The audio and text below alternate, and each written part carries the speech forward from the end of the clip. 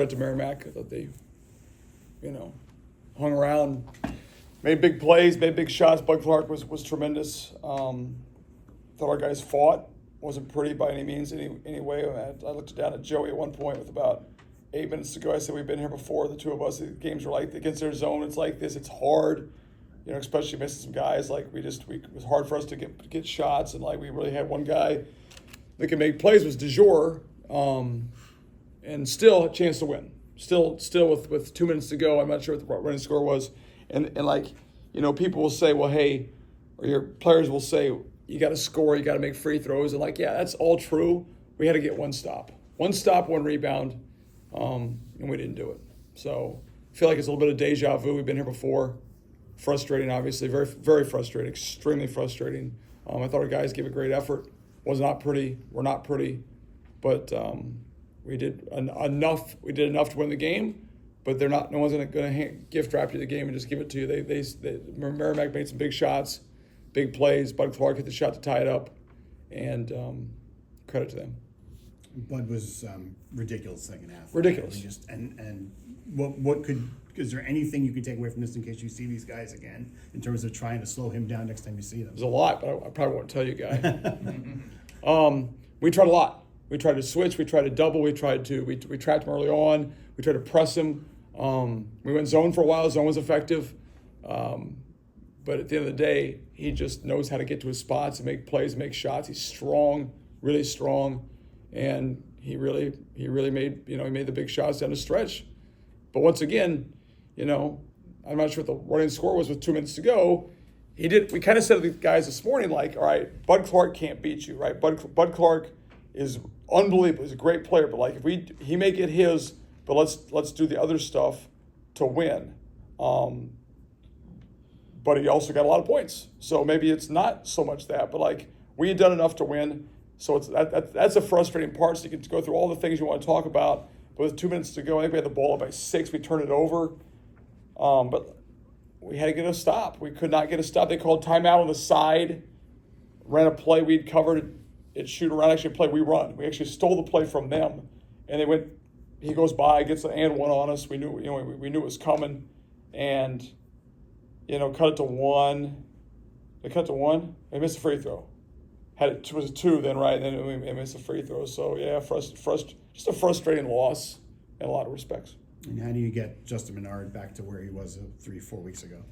Yeah, I mean, listen, no one on this team wants to do better or well like Justin. Justin cares so much. He wants to do well. He wants to play well.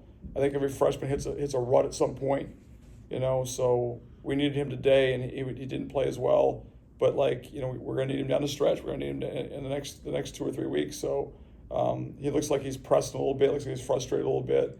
It's typical for a lot of freshmen. It's a long season. It's almost March, but obviously over the weekend, Comey stepping up and playing better is a huge thing for us. Getting Jalen Barr back is huge for us. Obviously we missed Jaffet, we missed Adam, we missed Winborn. Just from a depth standpoint, but just a frustrating loss. And updates on Adam and Christian?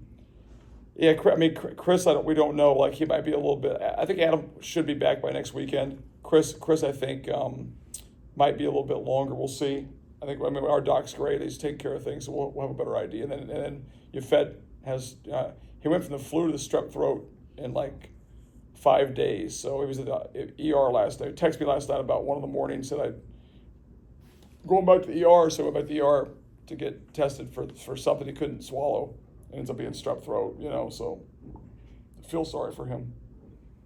How do you balance where you got the game to at the end against knowing what you didn't have? I'm not sure I understand that question. Meaning if you don't have 3 key pieces and you lose by 5, there might be some particular reaction to it that's a little bit more positive than the feeling that you have now. Knowing that you fought through all of that and got to that point. Yep. The fact that the game was, we had control of the game, and then lost is a front. Yeah, because you said, well, hey, we were missing some guys, and we still were able to, for the most part, have control. The whole second half. They tied it at one point or cut it to 1, but then we responded, hit a couple big shots. I think Luke hit a couple big shots. We did enough. We weren't great against the zone. We didn't we weren't unbelievable. We didn't, but enough to have control of the game. And then at that point, you've got to get defensive rebounds. You got to get stops. You got to get loose balls. You have to finish plays, make free throws. And we just didn't do that stuff down the stretch, you know. So, yeah. I mean, I think you're right, Dave. I think you'd feel better. I mean, if you just looked at it on paper, you'd be like, okay, it was a good effort by us without 3 guys, right? But that's not how I feel at all. I feel miserable. You know, I feel miserable with the guys, but the guys want to win too. Man, we weren't perfect, but I thought we gave an effort good enough to win that game. But listen, Merrimack is a really good program. Bud Clark's Savage has been there for 3 years. Beck's a 5th-year senior.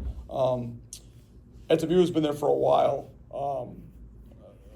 Who am I missing there? They got guys that we know well, and they were able to hang around and listen.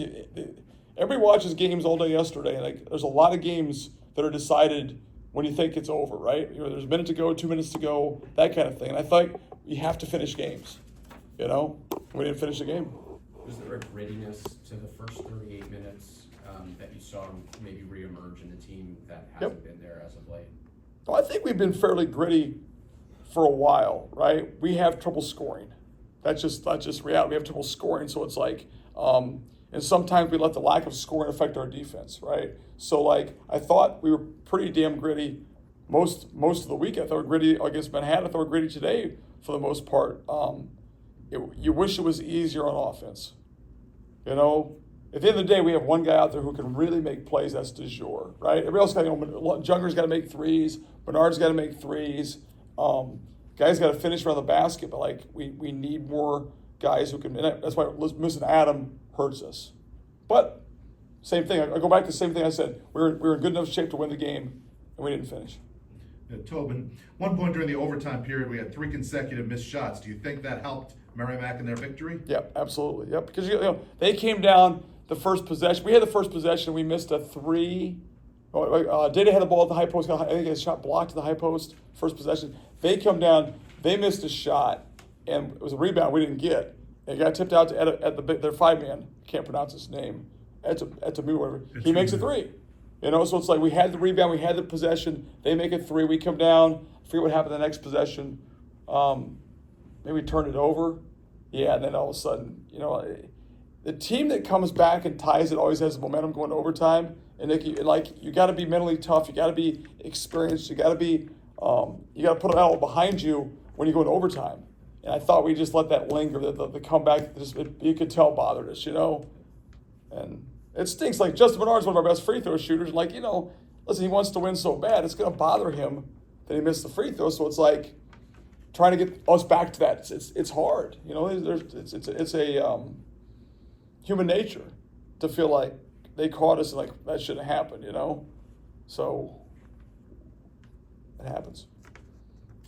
You've gone from D2 to the NEC to the MAC. Can you kind of put in perspective what Joe's been able to do at one program through that transition time? Yeah, he's done a great job. He's a good guy. He's a good friend. They play a certain way. You know what you're going to get when you play him. They're very consistent. They make him play zone for 40 minutes. You know what's happening. He gets his guys to buy into it. They play the right way. They're going to play slow. It's a grind. So we were a little frustrated with about 10 minutes to go. I'm I said to my staff, I said, fellas, I've been here with Merrimack. This is what it is.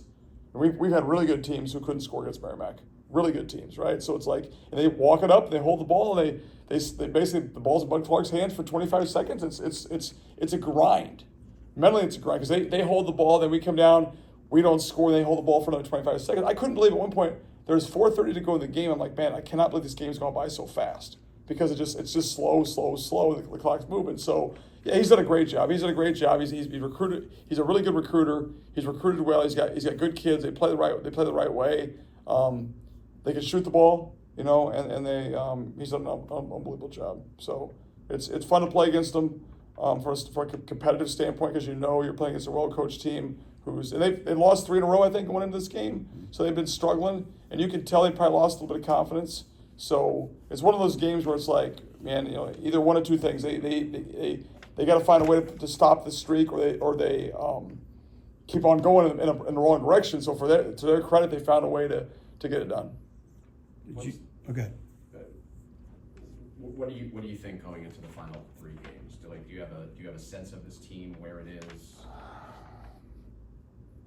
Yeah, I mean, this hard. This hurts. Like big picture wise, right now, like I don't want to really. I mean, I haven't even thought about that. You know, I go back and watch the tape, try to get better. Like, I mean, I do think we're good enough to beat anybody. I think we're good enough to make a run.